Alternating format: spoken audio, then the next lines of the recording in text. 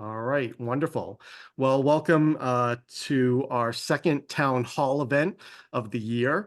For those of you who may not know me already, my name is Jason Kirchick, and I am the regional coordinator for our wonderful Region 15. And I'm going to get started with a little bit of a welcome and announcements. As I've mentioned, we had over 40 registrations for this town hall event, which I was so excited about. I love this participation and engagement that we have. My hope for these town hall events is that this is a really great opportunity for our chapter leaders to come together in a fun and welcoming environment. As you can see, I've got my Sigma Pride on, so I'm your mascot, okay? So if you see me dressed up, I'm only trying to be here in solidarity with you all. But just an opportunity to come together, get announcements from, Sigma headquarters, any announcements or things that are going on, and also as a way to sort of see what's going on across the region and get updates there, and also get support from your colleagues who are online. So I typically would go around and do introductions, but I feel that we have a pretty busy agenda and that could take up a lot of time and waiting for people to not be shy. So if you wouldn't mind, I would love for you all to, in the chat, give us your name, what chapter, school affiliation you're with, and maybe something great you like about Sigma. Would love to have that recorded there if you could do that. Our next town hall and will be on Thursday, May 30th at 7 p.m. We're going to be doing these town halls every 2 months. Hopefully you all have been getting emails from me announcing these, which is why you're all here tonight. But that will be, again, May 30th. I also have a YouTube channel created for Region 15, and I will be recording these town halls moving forward. And so if anyone wants to go back and watch those, you're more than welcome to. So at our first town hall meeting, one of the things that we really wanted to do was bring, our amazing, students and young professionals into these town halls to show them our support, to continue our organizational call to action that Dr. Bibbs have put out as represent. We want to represent the change that we want to see at Sigma and in the nursing profession itself. And I was so excited. Cheryl Cibola, who is a clinical faculty at UMass Amherst, raised her hand and said, I have two amazing students that I would love to bring in and showcase some of the work that they're doing for our peer collaboration program. And so tonight we have Amber Fournier of Elms College, as well as Mariana Abdallah of UMass Amherst on today. So first, just a round of applause, everyone. Put your hands up, a round of applause. And before we maybe have them present, Cheryl, maybe you can tell us a little bit about the peer collaboration program and a little background. Yeah, so 3 members from our chapter, Beta Zeta at Large, and 3 members from the Phi Mu chapter in England have joined in a peer collaboration, and we've been meeting monthly or bi-monthly, and we've been, attending each other's monthly board meetings, and we get invited to their inductions and any type of programming that's going on. And one thing that we really wanted to do as this collaboration is really to engage our students early on in Sigma. They go to induction, and then sometimes there's like, no true student collaboration. So we asked for volunteers, and we did receive 5 students from the Beta Zeta chapter and 2 students from the Phi Mu chapter to develop a program. And we met monthly. The schedules are a little difficult because they're 5 hours ahead in time. Actually, currently they're only 4 hours because their time hasn't changed yet. So the timing for the meetings were difficult, but I'm going to let the students talk about that a little bit more. So like you already introduced, Amber Fournier is from Elms College and Mariana Abdallah is from UMass. And I think Mariana, if you don't mind starting, I think she's going to share a screen, and then Amber will have you share about the breakout rooms as well. Sure, I can share my screen. And Um, Mariana, you're a senior student, correct? yes, I am. I'm a senior. I'm from Framingham, but obviously I live in Amherst right now. I go to UMass. I'm very excited to graduate soon. Yay. Great. Let me see if I can make this bigger. Oh, not share. Slideshow. There we go. Can you see that? Yes. Perfect. All right. So, like back in October, I met Professor Cibola, and she told me that she was gonna be my like instructor for my clinical part of community. So I got to know her early on, and she told me about this idea she had about collaborating with students abroad and like just seeing how student life is as a nursing student here in comparison to in England. And I thought it was a really cool idea, and I was totally on board. So as she said, it was students in the Beta Zeta chapter and the Phi Mu chapter in England, and we had monthly meetings. And so we planned this peer collaboration student program.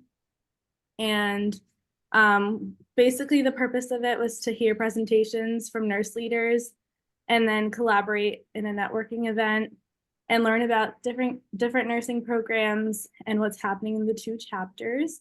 And we invited all students. It was open to anyone who wanted to come. It wasn't just Sigma members. And then, let me see if I can, there we go.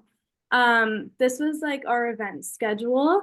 So all the volunteers kind of got to introduce a speaker, and we heard from Elizabeth Rosser on leadership. And we had another very interactive presentation on evidence-based decision-making from Deb Kramlich and Cheryl Shields.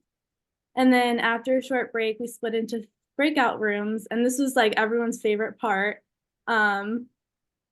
And we didn't have like as many people as we anticipated show up, so we had to do a little bit of regrouping with the breakout rooms, but it worked, and we were able to have very engaging discussions in the groups. And then we gave them like some ideas of what to talk about if conversation kind of died out. And then the discussions were facilitated by the volunteers, but it flowed really well and we got really good feedback. Everyone who completed the evaluation said they would participate in a meeting like this again if we were to have one. And people really, really loved the breakout rooms. I think it was just really cool to get to talk to people in another country and see what it's like to be a student there. There are a lot of differences in their programs. And then something to think about for future reference is people really like the breakout room, so giving them more time for that networking experience or networking opportunity, and also just technical difficulties, which are kind of expected with things on Zoom. And yeah, and then this is just kind of one last question we asked everyone. So as you can see, it was an event people really enjoyed. Yeah, great. Thank you. Amber, could you identify some things from your breakout room? Because you were the moderator for your breakout room. How did that Yeah. breakout room go? It was good. I felt like we all really connected in like talking about our different experiences. So we all talked about like the differences between America and Europe in terms of like they don't have to take an NCLEX after their schooling, and we do. They kind of described it as like the whole thing is just a test that they have to pass. And then we talked about like where we're looking at jobs because most of us in that group were seniors or they were finishing up this summer over in England. So we were able to talk about what we want to do post grad, and talk about kind of the differences versus here versus there, where they train in a specialty like pediatrics or adult first, whereas we get trained in everything and then we choose our specialty. So it's interesting to see everything different, and it was also interesting to see that everyone wanted more breakout rooms because I don't know about you guys, but all the Zoom experiences I've ever had before, like nobody wants to talk in the breakout rooms or go to them or anything. So it's cool to see that like, oh, it actually does work sometimes. Great, thank you. And thank you for that presentation as well. You can stop the sharing. Does anybody have any questions for Mariana or Amber? I would love to ask a question just as far as, what were some of your biggest takeaways from learning from your peers over in Europe? What things stood out to you, like besides, not taking the NCLEX? I think like differences in clinical experiences too. Like they were expressing, there was one person from England in my group, and he was expressing that they don't really get a broad variety of experiences, and they mostly deal with like long-term care, and he wishes that he had like that acute care experience. Mm. Yeah, I also thought that like their schedules were interesting. Like we do semesters, but they have like longer breaks in the winter versus in the summer. They have like Easter holiday where it's like 2 or 3 weeks. So it's just weird thinking about like how we're at totally different points in our education, but we'll all graduate like at the same time with generally the same kind of knowledge. Rita. This is really exciting. I was just chatting behind the scene with my president that we should do this in our chapter. This is awesome. But I was wondering, so you might have said this and I mixed it. Maybe I missed it. Did you just collaborated with, collaborate with, say specific schools, or how did you choose the school to, invite into such a thing? Yeah, it was students from the FIMU chapter, so they all went to Bournemouth University. I'm not sure how like the connection was made there, but it worked. And I can it, answer that. There's, as Professor Sabola said earlier, about what, Cheryl, maybe a year and a half ago, 3 of us from Beta Zeta at Large chapter and 3 members of the Phi Mu chapter got together via Zoom. And we wanted to develop a collaboration on an informal basis in terms of looking at the global aspects of nursing practice and collaborating within Sigma in a little bit less structured manner. So as Professor Sabola said, we have attended each other's meetings and programs, and also recognized that we wanted to do something with nursing students. And so Cheryl, as she always does, steps up to the plate along with Dr. Leslie Gelling at Phi Mu chapter at Bournemouth. And they worked with the nursing students, Amber and Mariana, and the members from Phi Mu to develop this student peer collaboration program, which we're now going to make an annual event. But what we're doing as a group is something a little different, and we plan to present this model at convention next year, because I agree with you, Rita, we need to share this across all the countries in the world. It has been so wonderful to work with these people at Phi Mu chapter. There was yeah, a and so Rita, I would just say that for our Beta Zeta at Large chapter, we have 4 colleges / universities within our chapter. So we have, the student from Elm, 3 students from Elm College volunteer and 2 from UMass volunteered. So if you're seeing the different names, that's why they were involved. So we're excited. And I can't thank you, both Mariana and Amber, enough for taken really a lot of lead roles in this event, and also volunteering tonight. This shows great leadership, and we continue to hope to work with you once you graduate. There was just one more question in the chat. If students over in Europe, if they had simulation or lab experiences.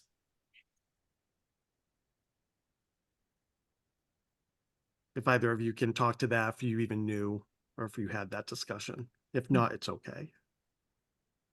Did you discuss that at all, Mariana? Yeah, we did very briefly. And I think that they said they don't have a lot of experience in sim labs.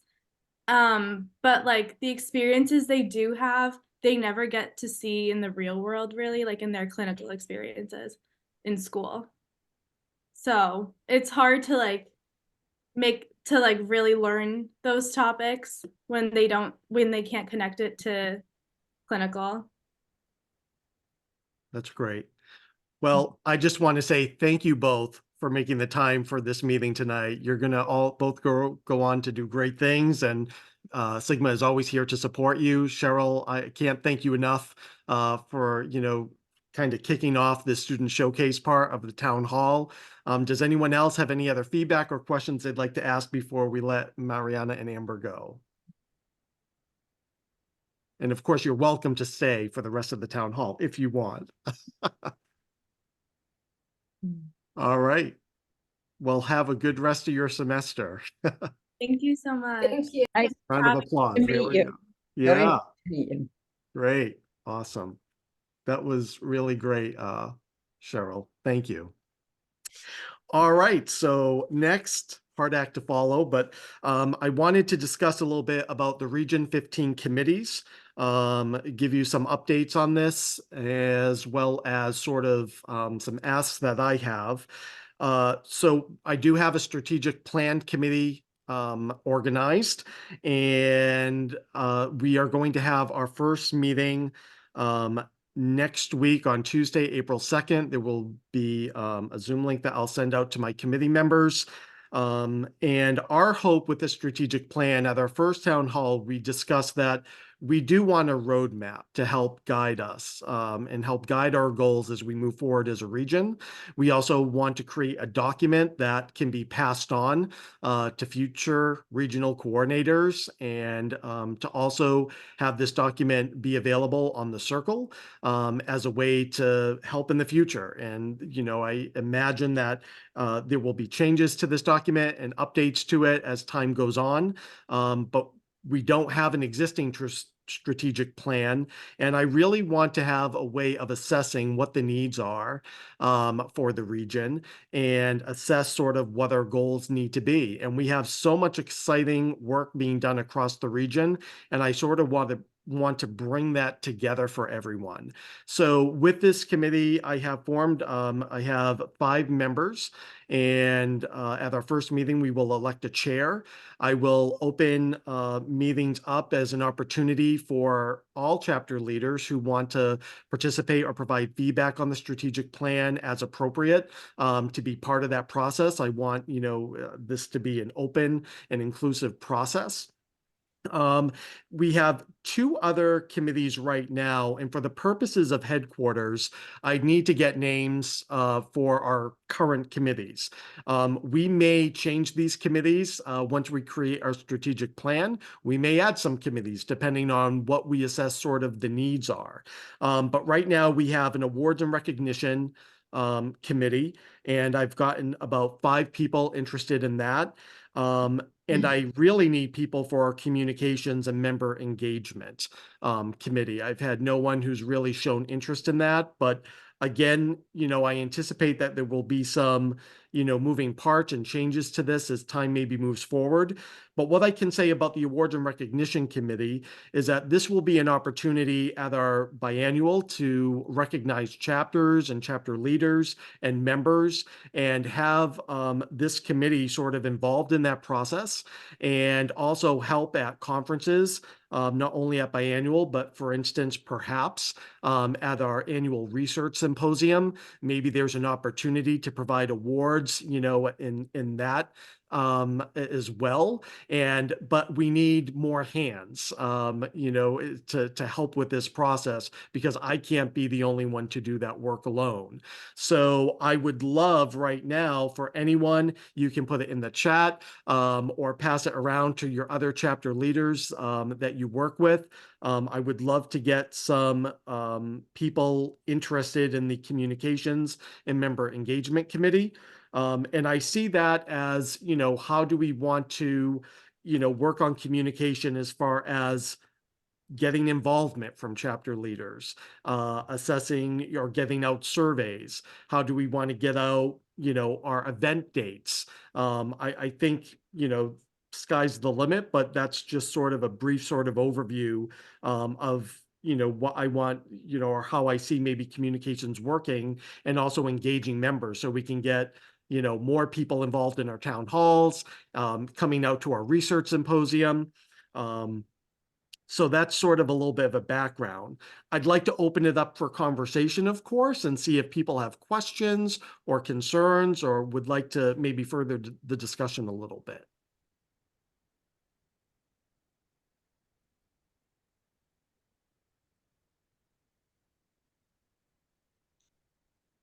So if, Well, I just wanted to say, Jason, that at previous, I think the last two Region 15 nursing symposiums, we did give out awards to students, cash awards. I know Emily's on, I thought I saw Emily. There you are, Emily. Yes. But from last year, it was Lindsay, and the year before, oh, where were we the year before? Oh, in Canada. And we used a rubric to look at the student, because we wanted to, again, involve the students as best as we could. And so we used a rubric to look at their presentations in terms of most of them being posters. And then that's how, not winners, but those who became the recipients were then given, it was announced and they were given cash awards in the form of a gift card. So maybe we can think of other creative ways that we could honor people either, you know, at the symposium. well, in a great way of how, you know, I'm hoping that these committees can engage, right? And so we can have some of that sort of involvement and look at different ways that we can do that moving forward. I have a pretty good amount of interest in the Awards and Recognition Committee. Again, you know, my feeling is that people who want to participate, you know, I will open that up and make the meeting links available to people who are interested. So, you know, again, anyone who has any interest in volunteering, my view is that, you know, perhaps the committees can meet, you know, every 2 months. I will let the committee sort of decide that as they form and organize and as they have a chair.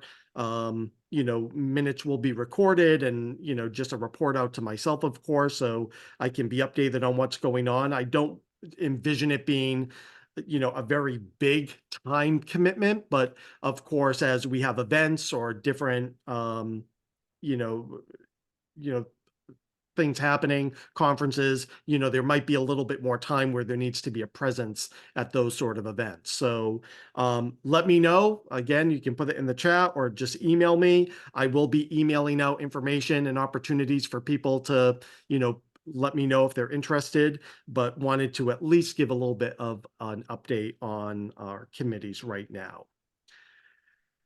Next, I wanted to give an update on our 7th annual Region 15 Research Symposium, which is going to be Saturday, October 19th at the Rhode Island Nursing Education Center. That's going to be in Providence, Rhode Island. The call for abstracts went out. We are highly encouraging students to submit abstracts as well as non-Sigma members as well. We would really like chapter leaders to, you know, let their chapters know that, you know, to start working on these call for abstracts. If students need help or mentoring, you know, we want to provide them that opportunity to come and showcase the hard work that they're doing. And we have Emily Haynes on, who is the chair for our planning committee. And Emily, I don't know if you would like to maybe add something or provide an update. You're more than welcome to. I think you covered everything. Okay, all right. But be on the lookout for, you know, more updates from the region coming out on the symposium. We're very excited about it. And again, any questions or concerns people have or ways to get involved, please don't hesitate to reach out to me anytime. The next item I have on the agenda is just chapter support for upcoming inductions. I don't know if we have any chapter leaders who are on the call tonight that are having any challenges with their inductions or have questions. This is a pretty open and relaxed group, but you know, we want to hear sort of any challenges that you're having and ways that we can best support you.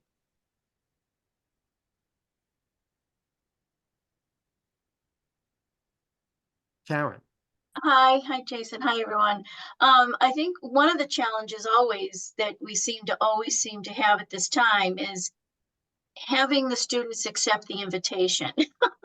You know, they get the invitation. I think they think it's coming from us. It's not. We try to tell them it's coming from headquarters. It's coming from Sigma when we put you in on the platform. But having them accept the invitation, I mean, this is a one-time thing and they should be very proud to be joining it. I've had informational sessions at Anna Maria College to, join, but, one of the colleges, 44 on the platform and only 8 have signed up so far. And that's a bit concerning. I mean, we're planning on people coming and I just I don't know how to get that information out there clearer, maybe that there's a deadline, obviously, because we've said it at our board meetings, we've said it to the school counselors, that they won't have their packet and everything ready for induction if you don't accept the invitation. Yes, they have up to a year to accept it, but if you want to be ready and prepared for induction on that day, we need to have the information. And we're so thrilled again, Jason, that you're going to be coming to speak, our guest speaker. You talk about being over the moon. I'm over the moon about that because I was just so proud to announce that. And we are going to feed you. We're going to the sole proprietor that night, Deb Chalk, my vice president. You remember Deb from Texas? I She's do. on tonight. But we're taking you out to the sole proprietor that night, and then we're going to escort you. We've already got your room ready for your hotel so you can sleep over. And we're just so thrilled. So everything is on IotaFi, and we're so happy at large that we can have you come and speak. And thank you again for accepting that invitation. It's just such an honor, just such an honor. You're too kind. And just quickly, one thing I will mention to you, something that my own chapter has struggled with is that same having students accept that invitation. Yes, One of the yes. things I offered is, having an information session at the college with the students in class, getting 10 minutes, bringing in pizza and, giving a little brief introduction about Sigma, why you want to join Sigma and accept this Yeah. invitation, and Yeah. provide, our contact information so that we can help them, do that. And, even go out into the hallway and get them online and get them to actually accept that invitation, because sometimes it's just they get, like us, they've got so many Yeah, the emails time. coming in. The time, I know. Yes, I did cocoa and cookies. I did I tried. Maybe I should have done pizza. I don't know, but it was. So I think, yeah, maybe I should say bring your laptops and do it now. And I know sometimes the financial concern is sometimes a little bit. Obviously we have to prepare them for that and say that there is a cost to this invitation. But I mean, the gains of doing this and making this commitment far outweigh that induction. And it helps obviously with the induction fee. We get the cord and you'll get all that at induction. So yeah, maybe that's a good point. So thank you so much. So maybe I'll do pizza then. Yeah. and tell them to bring their laptops. And even bringing their peers in, maybe another young nursing professional who joined Sigma and the value that they got from Sigma, sometimes hearing Yes. it from a peer or hearing it from someone who's, in their sort of peer context sometimes can make a little bit of a difference. But even having that computer out Yeah. and ready to get them to accept That's an excellent sometimes point. can I just, just had one of the alumni from Anna Maria, and he was inducted into Sigma. He spoke yesterday to the senior nursing class and said about Sigma, and I didn't prompt him. He brought it up, how important Sigma's been to him and how the networking and how one of his colleagues received one of our research grants that we gave. She's going on for her master's. And so he did that on his own, and I didn't even prompt him for that, so that was so super. So thank you so much. Thank you. Julie. Hi, everybody. I just wanted to add, we were having the same issue.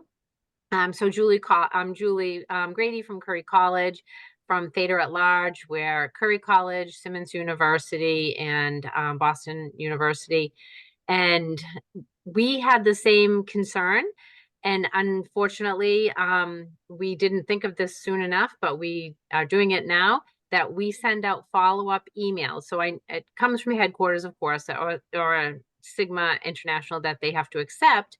But we send out follow-up emails just reminding students. They tend to get just so busy with their assignments and overwhelmed. It's a busy time of year for everybody. I don't know, spring fever too. Like they just get very excited. So the reminders have definitely helped. But you bring up a really great point, Karen, that about the cords. So we have that question that even though they have this invitation, when they go on to Sigma, they can accept the invitation and then move forward with purchasing their cords or their stole, which had been an issue for us a couple of years ago, where some purchased a stole, some purchased a cord, some purchased like the whole ensemble, and some felt a little disenfranchised. Like, was I supposed to purchase the whole thing? So now we're at the point of, it's really up to you. Whatever you would like to purchase is fine. But we also want to think about equity, and we don't want some students to feel like they're higher up in Sigma or something like that. We had a mother calling who was heartsick that her daughter didn't have the stole.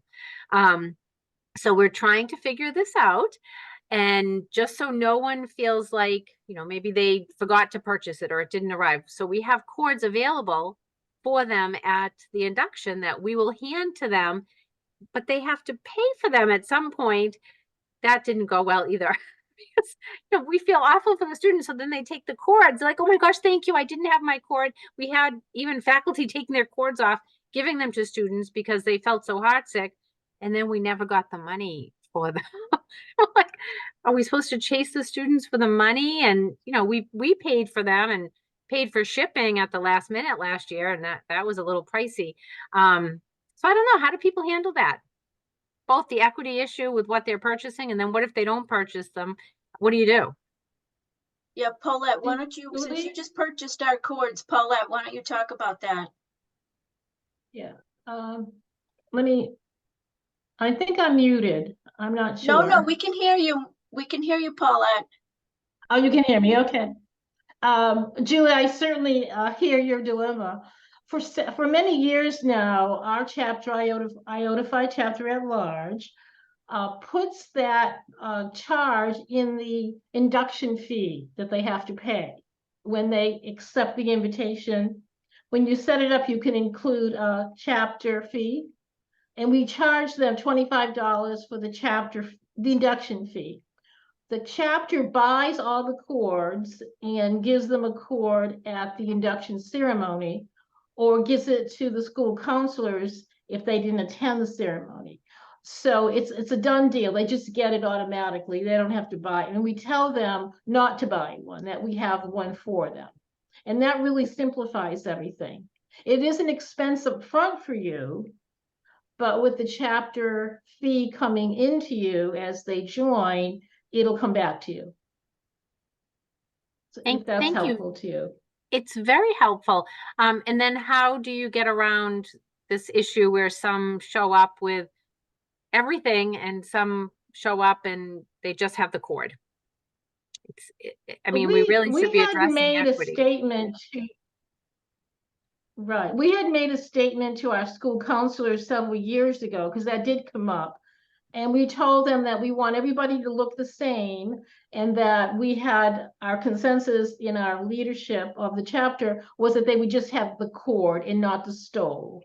They want to buy the stole. We're asking them not to wear it for the induction. So everybody looks the same, and everybody gets handed a cord and a flower at the induction ceremony. So everybody looks the same. And it simplifies for them to pay for it. That's very helpful. Thank you for that. Good luck, Julie. Thank you, Paulette. And Karen, thank you. Yep. Thank you. Any other questions or, issues that chapters are having with inductions? And Susan, did you have your hand up? Hi, Jason. Yeah, I just wanted to add, hi, I'm the Vice President of the Sigma Omega Mu at Large chapter, and recently a faculty counselor. So the induction is near and dear to my heart anyways, but in the same lines as far as some of the same problems, but the university actually has a a rule that, only cords are allowed, especially for graduation. They couldn't wear a lot of the other items that were able to be purchased. And that wasn't just Sigma Omega Mu, that was all honor society. So we also buy the cords for the students. They're provided at the ceremony. We hand them out, and they'll get their little pins in the mail. But if they want to purchase the stoles, it's mostly for a photography issue, and that's usually at graduation, but we don't allow them to wear the stoles at the induction. And just the same thing, it's just so everybody is the same and nobody has more. They used to call it bling with the students, right? No more bling than anybody else did. So and we really put it to them too. It's just Sigma's a little bit more than just, the stole and the cord. So it's the whole experience. So that's how we handle it. And the same thing with the induction fee. When they're signing up, there's a little induction fee you can include that will cover the cost of the cords, but they don't have to purchase that. Jason mentioned that he goes and does a little presentation to the students, and they're told that by the faculty counselors as well too. And that information is kind of delegated and out to the students through the counselors. And there was also an issue with trying to think, the students getting the emails, because a lot of the emails, unbeknownst to anyone, went into their junk mails, especially if they were student emails. So really have them just double check that junk mail, because that's where some of the invitations were, which is the reason why some of our students were not accepting them. And then once you can go into the Sigma site itself and run a report as far as what students were invited and if they accepted, the faculty counselors again used to circle back around with a quick email, which I think somebody else had brought up to say, just a reminder, you have your Sigma invitation out there. Can you follow up and sign up? And that used to help as well too. So I think we have almost 30 students for the induction, and I think there was probably about 40, I think, for the one particular school, at least that we had. So we've got a really good response, but it is kind of just going back and circling around and sometimes giving them that little extra nudge and a reminder that's been helpful. So hopefully that helps everyone. Thanks, Susan. You're welcome. Jason, if I could just add one more point. Yeah. This is for Julie when we talked about the cords, or anybody else. If you're going to order a number of cords, like 50 cords or even 30, 50, however many you might need. I've actually ordered 100 at a time.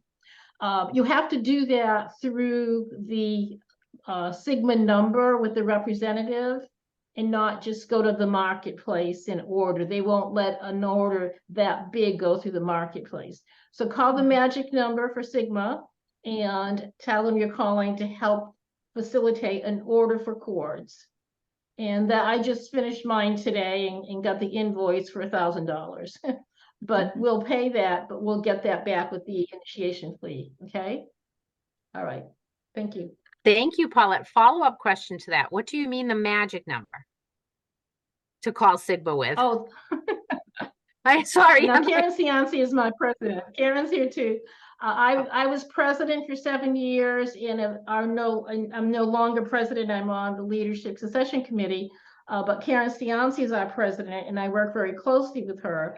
And when she was president-elect, I would say that to her, call the magic number for Sigma. And they help you. It's like you're the only person in the world, and they will help you. And if you don't know what the magic number is, I can give that to you.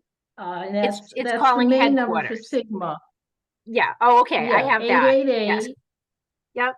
634-7575. And they're very, very helpful. So use the number if you have any questions or if you get stuck. Thank you very much. Don't call me. No. Okay. Maybe, but that sounds wonderful. No, you can call me if you want. Did they charge you shipping then? Yes. Oh, okay. I ordered cords, and it's about a $20 shipping. Oh, okay. All right. Thank you. And the other hint that I can give you is have them, if you're responsible for cords, have them send them to your home address. Because Oh, sometimes they get mingled up at the university mailroom, or mm-hmm. it goes to another department or not to you. So for several years now, I've had them delivered directly to my home, and that Okay. works beautifully. Great. Thank you very much. Good luck. Thank you. You're This is interesting conversation to me because this has been an issue for so many years. It just Mhm. keeps recycling the, welcome. and should chapters pay for cords or shouldn't they? And someone put in Devin, I think you put in the chat that your chapter charges a $10 fee and induction fee, and then the chapter pays the other $10, which I think that's a really good idea. But one way to save some money, and you got to plan ahead, is if you go to convention, that you take them, you buy them there. Of course, you have to have room in your suitcase to bring them back, but then you don't have to pay those very high shipping charges. And then you have a supply that you have to Yeah, keep that's under about- lock yeah. and key and track. This has been really good feedback, and I almost feel like I'm going to go back and watch this recording and put all those bullet points in a document and put it on the circle, because I think it's going to continue to be an ongoing issue. And what I love is the conversations and how other chapters are doing different things. And even that little nugget, Nancy, of going to, if you're at the conference biennium, you can pick them up there. If you have room in your suitcase, bring them back and save the Yep. $20 shipping fee. So Yeah, well, if you get a large number, it's more. But it also, I was on a call earlier today through Sigma, and what we're all saying here in terms of the students how the numbers have dropped in terms of students accepting the invitation is going on an international level as well. So I don't know if that's reflective still of the leftover pandemic and how expensive everything is, but it is a trend right now. Just saying. And one thing I do is after induction, I send a survey out that I've created to ask the students, there's a series of very short questions on why they joined Sigma and what type of programs they'd like to be engaged in. And then if they didn't join Sigma, why they didn't join Sigma. And the majority of the people that said they didn't join was because of the cost.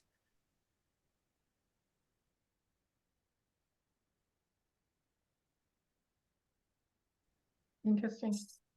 So I have some time on here for an open forum, just if anyone has anything to share, if there are any questions, concerns that people want to bring up, happy to have anyone share whatever they'd like to right now.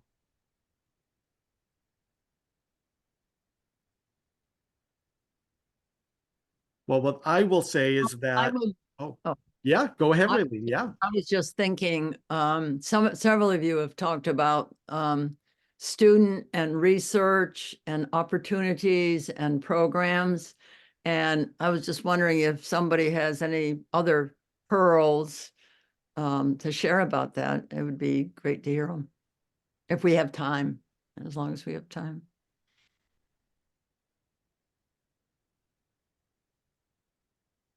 No, we definitely have time if anyone has any comments.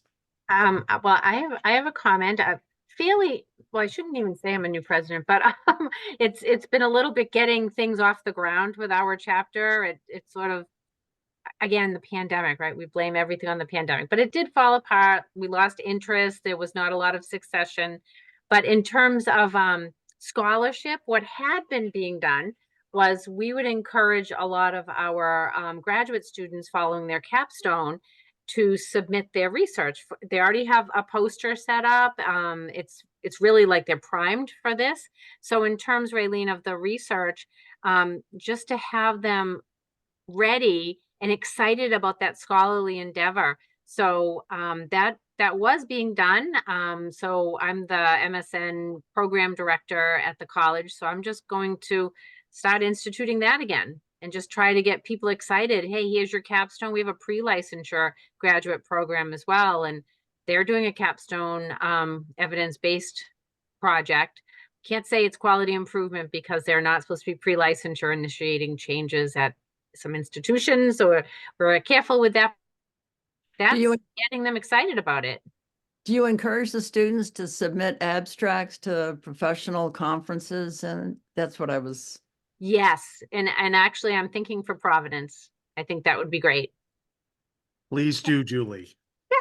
They- Something our chapter does, I don't know if every chapter has an awards committee, or grants and awards committee.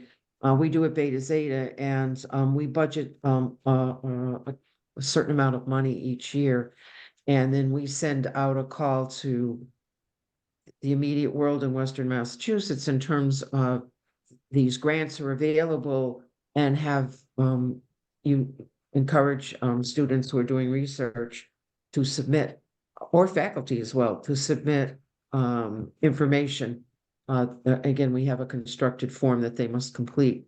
And then we our committee selects those who are going to receive the financial award.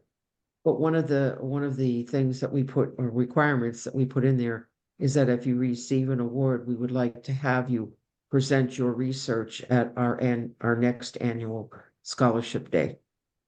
So they get money, plus they get the opportunity to present their research in the future. great, thank you. Does anyone have anything else? All right. Well, I have a few last things I just want to highlight before we end. First is, if anyone, enjoyed seeing the students showcase this evening and were able to see that, I would love your feedback. And if you have students that you want to highlight at one of our town halls, I hope everyone can agree. We try to make it a very supportive format for them and give them an opportunity to highlight the work that they're doing and encourage them. Please let me know. I would love to, highlight students, ongoing. I think, Karen, you may have raised your hand for May, for our next town hall in May, but we're going to have several other town halls this year. And please, if you're interested in highlighting your students, please let me know. The other thing, date for the next town hall will be Thursday, May 30th at 7 o'clock. I'm trying to keep that to the last Thursday every 2 months out. I just want to thank you all, obviously, for coming and supporting this. It was so exciting to see where we started with registrations for the town hall and how it's growing. I want to keep that momentum going, continue to keep this a fun and embracing environment where you all can come and ask questions and get support from your peers and colleagues on issues that you're having.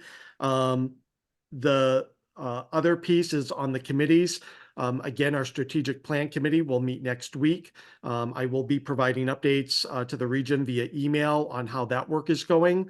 I have plenty of people for our awards and recognition, and already people have said they're willing to help with our communications and member engagement committee. But please, if you would like to help out on these committees, please email me, let me know, so we can get that work started.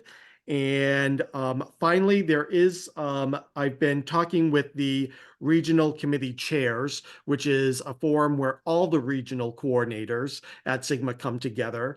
And something I've been trying to think of is holding sort of a chapter leader consortium, maybe in June or over the summer, where chapter leaders can come together at one of our, campus locations for a day, and we can get leadership from headquarters to maybe give some motivation and speak to our chapter leaders to encourage them on the work that they're doing.